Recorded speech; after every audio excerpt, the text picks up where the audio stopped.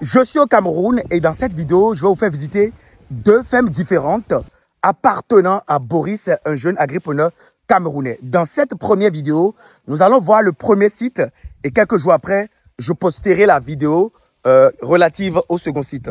Sur le premier site, il fait la production industrielle d'ananas, il fait l'élevage des vaches, il fait les agrumes et tout ça, il ramasse pour approvisionner son usine. Il dit, avant d'ouvrir son usine, il s'est rassuré d'avoir 70% de ses besoins en matières premières qui sont produits par lui-même et les autres 30%, il peut les acheter ailleurs. Les gens, cette vidéo s'annonce croustillante et intéressante. Pour ceux qui ne me connaissent pas, je suis M. Talagwe Valère Ransou, ingénieur agronome praticien, entrepreneur, multi-investisseur. Sur ma chaîne, je vous parle d'agriculture, de développement, d'investissement en Afrique, des intérêts de l'Afrique, des plantes et de leurs vertus. Et si c'est des thématiques qui vous passionnent, vous êtes au bon endroit. Il faut liker la vidéo dans un premier temps pour montrer votre intérêt par rapport à cette vidéo-là. Il faut vous abonner à la chaîne. Il faut activer la cloche de notification pour ne plus jamais louper de pareils contenus. Et tu partages massivement cette vidéo sur tous les réseaux sociaux pour faire grossir cette magnifique communauté d'agriculteurs modernes. Dans quel type de ferme agricole investir? Je sais que beaucoup de personnes en Afrique et de la diaspora se posent cette même et une question. J'ai déjà fait le tour de la Côte d'Ivoire, de la Guinée-Conakry, du Mali, du Burkina, du Cameroun. Et ce samedi 19 octobre 2024, à partir de 10 h au Gabon, à Libreville, nous allons parler de la même question. La conférence est à 30 000 francs CFA qui vous donne droit à des semences de fruits de la passion gratuitement et 10 comptes d'exploitation gratuits. Vous nous contactez au numéro que vous voyez à l'écran pour vous inscrire rapidement. On y va dans le vif de cette vidéo. Let's go. Agriculteur moderne. Agriculteur moderne. Agriculteur moderne. Agriculteur moderne. Elle vous a plu la formation? Oui. Si elle vous a plu, applaudissez pour vous-même. Super. Nous sommes à Piti. Voilà. Chez Boris, un jeune très dynamique. Il fait beau vivre ici. C'est paradisiaque. Et on est au Cameroun. Voilà. Et je vais interviewer Boris tout à l'heure. Boris va me dire ce qu'il fait ici. Pour l'instant, on descend seulement. Voilà. Qu'est-ce que vous constatez déjà ici?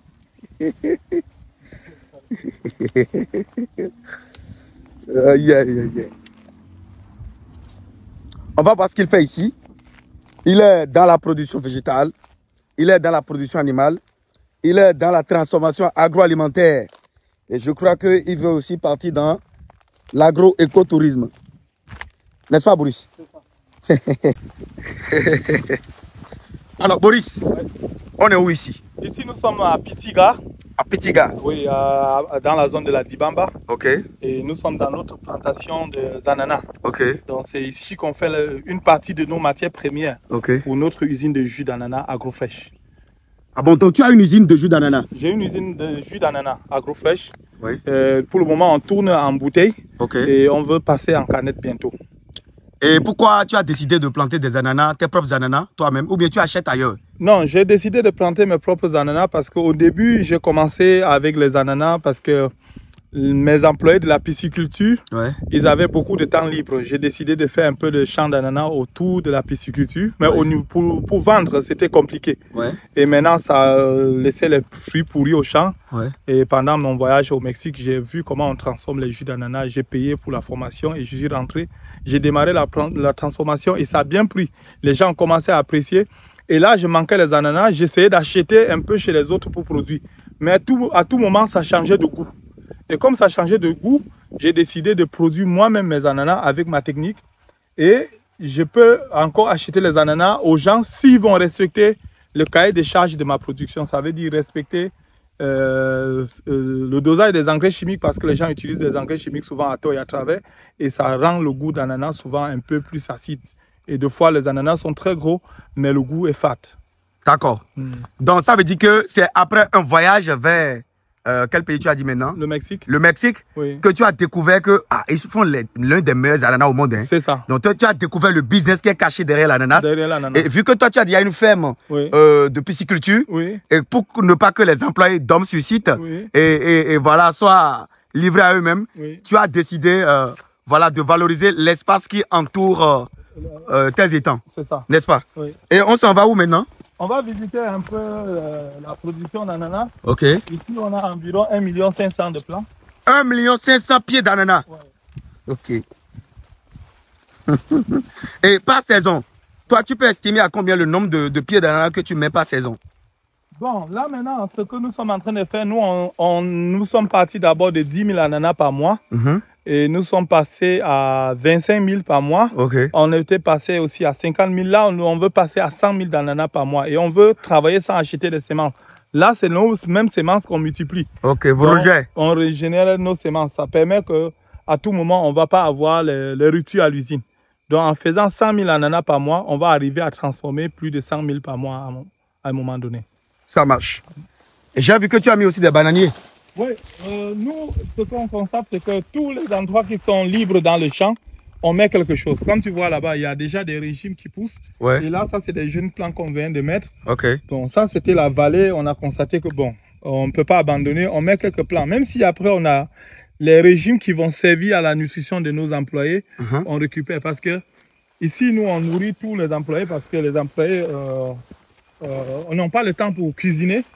Et on fait cuisiner pour eux chaque matin et à midi et le soir. Alors, pour ceux qui ne connaissent pas le Cameroun, d'accord, le Cameroun ici, c'est un pays très humide, très arrosé. 9 mois de pluie par an sur 12. Et ici, les gens, le sol est riche. Moi, je ne sais pas pourquoi nous avons faim en Afrique. Pourquoi les gens demandent le boulot. Le sol est riche, le sol est généreux. D'accord? Regardez bien le sol. Regardez comment. Est-ce que tu as mis des engrais ici? Non, non, non. Non, c'est cultivé naturel. Mais on met des bousses de vache. Ce que je vais t'expliquer, Valais, c'est que dans toutes nos plantations, dès qu'on a fini de produire, tous les déchets d'ananas qu'on va récolter, on nourrit les vaches avec.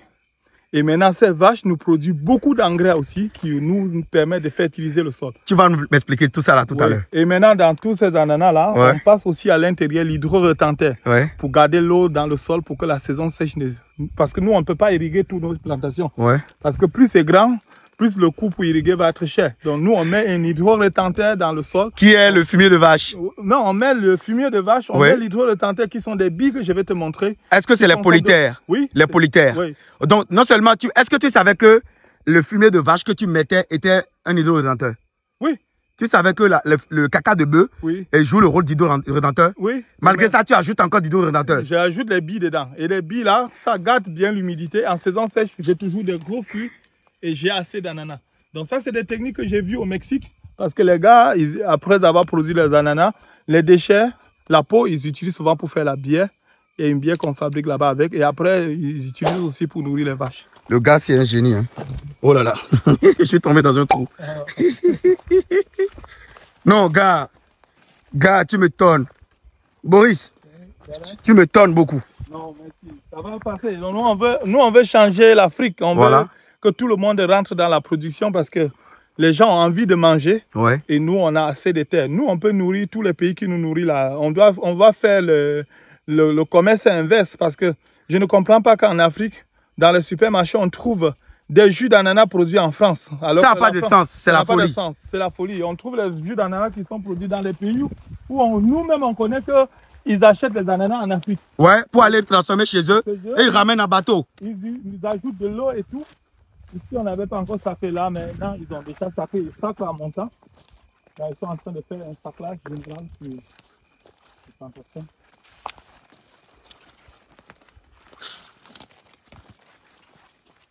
Waouh!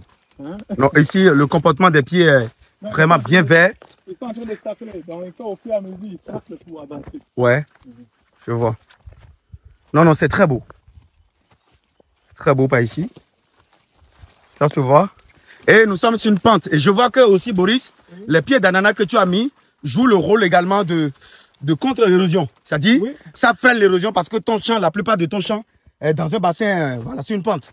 Oui, et aussi, nous, on sème sur la pente, comme tu vois, Valère, c'est parce que on a remarqué quand tu sèmes les ananas sur la plateforme, ouais. Il pleut, ça conserve beaucoup d'eau. Ouais. Mais quand tu sèmes sur la plante, il pleut, l'eau glisse et que l'ananas conserve juste son jus. Ça marche. Ça marche. Et donc, ça fait que... Ça a une meilleure qualité de fruits. Meilleur goût. Meilleur goût. Donc, c'est pour ça que même au Mexique, c'est comme ça qu'on a dit qu'il travaille. Tout ça, on l'a fait à la main. Hein. Je vois. Avec le tracteur, tu vois qu'on va faire mieux. Ça. Félicitations. Merci beaucoup.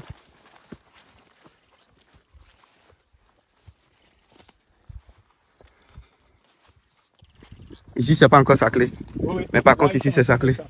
Les gars, ils doivent porter des jeans jusqu'aux dents. Hein. Oui.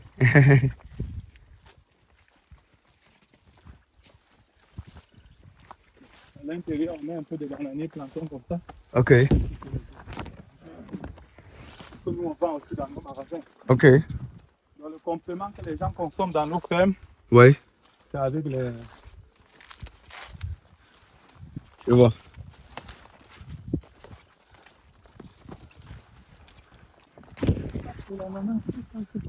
Tout ça, c'est des ananas. Hein, Boris? Mais tu es devenu fou, Boris. Donc là, tu as plus d'1 million de pieds. Oui. Là, on n'a pas seulement ces champs, on a plusieurs autres plantations que nous cultivons toujours des ananas. Donc, vous allez voir même dans un autre site qu'on va aller tout à l'heure. Voilà les fruits, les avancées. Ok, ici c'est en fructification. Oui. Et donc c'est cette bande-là que tu vas récolter maintenant directement dans ton usine pour faire toi-même ton propre jus. Ouais. Oh, Boris. Tu sais, quand tu m'avais parlé d'ananas, je ne voulais pas porter de jean. Je voulais porter de t-shirt. J'ai dit, mais gars, si j'avais porté le t-shirt là, j'allais pleurer seulement, gars.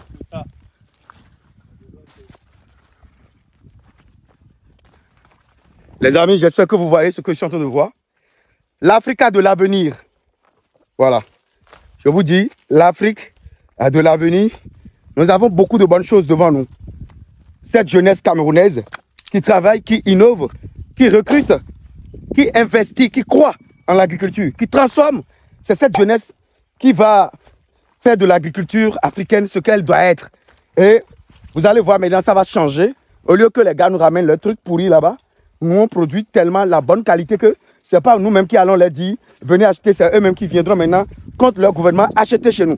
Parce que tout le monde veut consommer de la bonne qualité. Voilà, c'est un peu ça. Ouais. Waouh. Waouh. Waouh, gars. C'est fort.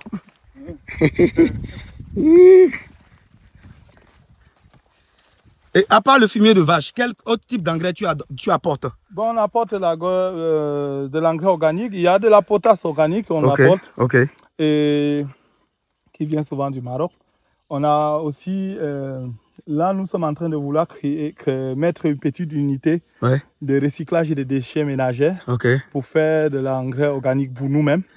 Donc, comme je t'ai montré de l'autre côté, on veut amener ça pour aussi ajouter dans le champ. Parce qu'on a constaté qu'on met de fumier organique et moins d'engrais chimiques, ça fait que la production donne mieux. D'accord. Et vous produisez de façon durable. Ouais.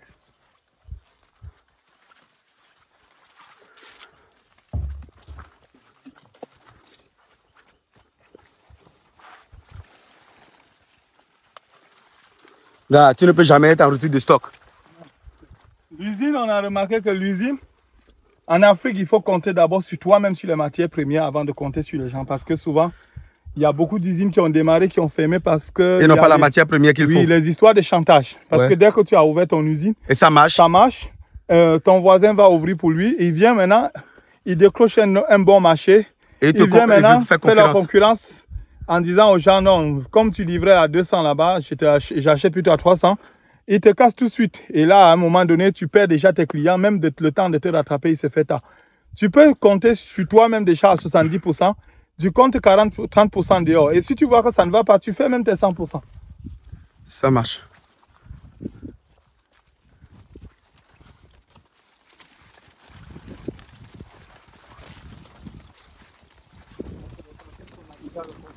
Ok. Pendant qu'on fait comme ça, on passe à l'intérieur, on va mettre des agrumes. Ok. Dès qu'on a fini de récolter, Pour que les gens ne te volent pas ton champ. Les agrumes vont occuper les parcelles. Comme tu vois ici. Tu as mis des corosols. On a mis 2000 pieds de corossol. 2000 pieds. Oui. Ok. Là,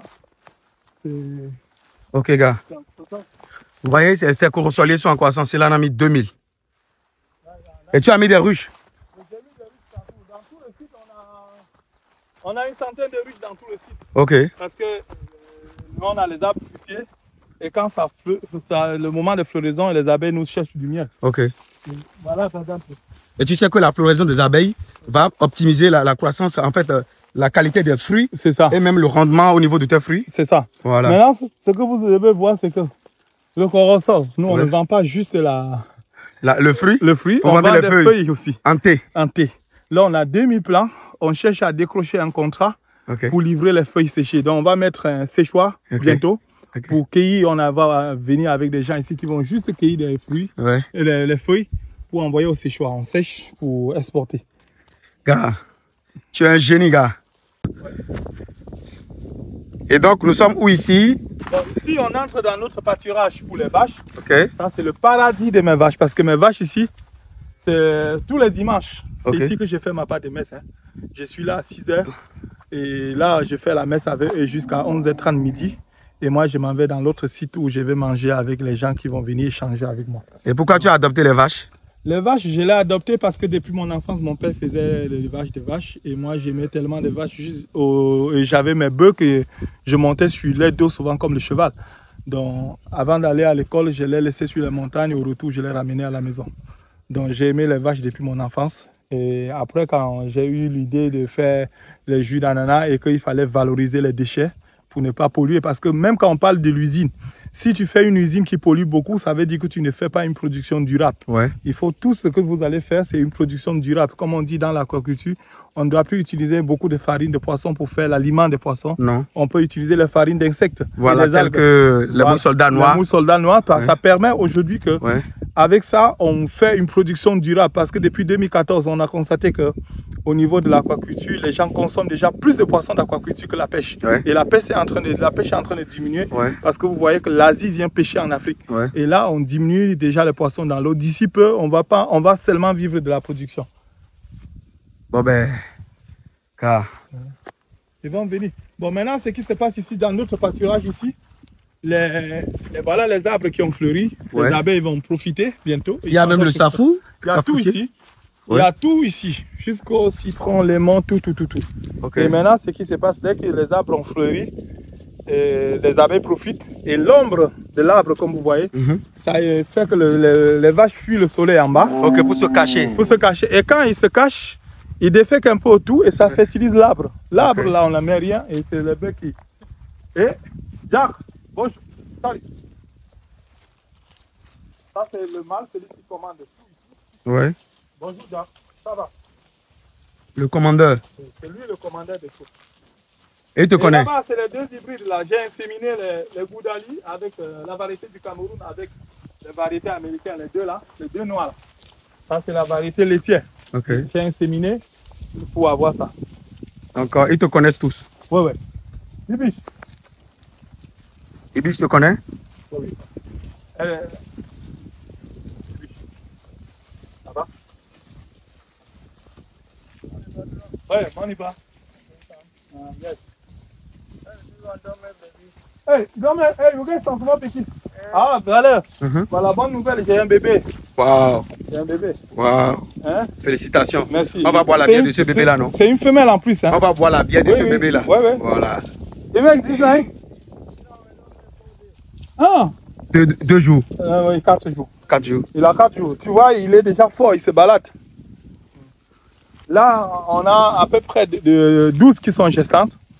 Et gars, mais tu es riche. On a 12 qui sont gestantes. Donc tu es riche dans la nature, tu es riche. Ah bon, c'est comme ça, on va se débrouiller un peu. Donc c'est ici qu'on vient les laisser Et ça veut dire que l'association des vergers et des vaches leur permet d'avoir de l'abri. Oui. Et les vaches défèquent pour faire le caca sous les vergers. Oui. Et tu n'apportes plus d'engrais. Oui. Et là, tu vois que ton champ, il est propre. Ouais. Et c'est des champs que si tu as ton champ comme ça, tu peux mettre seulement des vaches et des vergers. Tu as tous les fruits. Dans ces champs, j'ai tous les fruits. Et donc, comment tu les éduques? Ils ne mangent pas les vergers. Bon, ce qui se passe, c'est que moi, j'ai amené une technique que j'ai vue au Mexique. On sème les arbres. On laisse les arbres monter jusqu'à 2-3 mètres. Avant de mettre les vaches. Avant de mettre les vaches. Ok, comme ça, ils sont hors de portée. Même s'ils vont manger le feuillage en bas, mais l'arbre va rester en haut. Comme tu vois ici, il n'y a aucun arbre qu'ils ont dévoré. Et là, les arbres, là, tu as l'ombre, voilà les mangues qui sont en train de fleurir. Là, la saison des safran est finie. En bas, là-bas, j'ai les noix de cajou aussi. Ok. Oui, j'ai les noix de cajou là. Nous, on vient de l'ouest. À l'ouest, chez nous, ce n'est que des collines. Je vois. Oui. Nous, on fait l'agriculture que dans les collines. Comme le Rwanda. Le Rwanda, c'est des collines.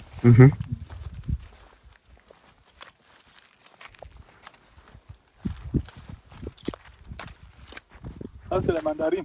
Ouais.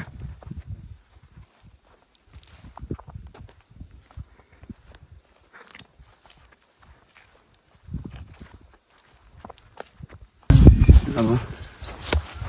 Il n'y a pas de graines dedans? Non. Mais il y a beaucoup d'eau? Ouais. Ouais, il n'y a pas de graines. Donne-moi une. Oh et ça pique fort. Donne ça. Et ça pique fort. Ça a beaucoup de jus.